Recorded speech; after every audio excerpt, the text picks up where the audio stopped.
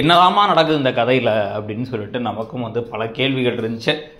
So இப்போ வந்து நமக்கு புரியாத ஒன்று என்ன அப்படின்னா, காவேரியை ஏமாற்றி காவேரியை வீட்டை விட்டு அனுப்பணும் அப்படிங்கிறதுக்காக பையெல்லாம் வந்து எடுத்து பேக் பண்ணி உங்கள் அம்மா வீட்டுக்கு போ அப்படின்னு சொல்லிட்டு வந்து விஜய் சொன்னதை அந்த காவேரியோட குடும்பமே பார்த்துச்சு. ஆனால் விஜயோட சைடில் வந்து பார்த்திங்க அப்படின்னா அது வந்து அவர் வந்து சர்ப்ரைஸ் பண்ணுறதுக்காக பேக் எடுத்துகிட்டு வந்துட்டு சும்மா வம்பெடுத்துட்டு கொடைக்கானல் கூட்டு போகணும் அப்படின்னு முடிவு பண்ணி வச்சிருந்தாரு.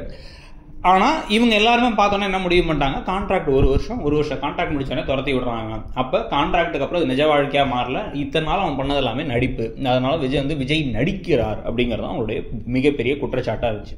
அதுதான் அடித்தாங்க, தூக்கி போட்டு மிதிக்காத குறையாக அட்டி நடிச்சு, இந்த பக்கம் காவேரியும் அடித்து விஜயும் அடித்து நிறைய பிரச்சனைகள் பண்ணி திட்டி எல்லாம் நடந்துச்சு. ஆனால் அப்போ கான்ட்ராக்ட் முடிஞ்சிருச்சு அனுப்பிவிட்டேன் அப்படின்னு நினைக்கிறாள். எதுக்கு இப்போ வந்து திருப்பி வீட்டுக்கிட்ட வந்து பேசணும், எதுக்காக வந்து இப்போ தன்னோட வீட்டுக்கு பக்கத்தே வந்து தங்கியிருக்கணும். இப்போ வந்து பார்த்திங்க அப்படின்னா வந்து இப்போ டிசைனர் ஸ்டூடியோ மாதிரி ஆரம்பிக்க போகிறாங்களாம், கடையை பெருசு பண்ணி குமரனும் கங்காவும், நல்ல விஷயம். ஸோ அதுக்கு வந்து மாடல்லாம் வைக்கணும் அப்படிங்கிறாங்க. இதுக்கு முன்னாடி அப்பளத்துக்கு மாடலாக இருந்த விஜயை என்ன பண்ணுறாரு அப்படின்னா, இவங்க மாடல் ஒவ்வொருத்தங்களாக கொண்டு வந்து ஃபோட்டோ எடுக்கும்போது இவர் உள்ளார வந்துடுறாரு. உடனே அந்த ஃபோட்டோகிராஃபர் அவங்க எல்லாருமே வந்து சினிமா ஹீரோ மாதிரி இருக்காரு சார், தகன்னு மின்றாரு, எம்ஜிஆர் போல இருக்காரு அப்படிங்கிற மாதிரிலாம் வந்து பேச, அவரை முதல்ல போ சொல்லுங்கள் அப்படிங்கிறாங்க காவேரி.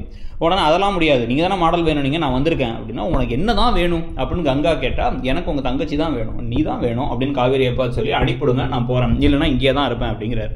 ஸோ இப்போ டேரெக்டாக தன்னோட காதலை வெளிப்படுத்துறாரு. எனக்கு அவங்க வேணுங்கிறாரு, நான் வந்து பெரிய தப்பு பண்ணிட்டேங்கிறாரு. இப்போ இந்த சமயத்தை உட்காந்து பேசி என்ன தான் பிரச்சனைன்னு கேட்டாலே முடிஞ்சிடும்.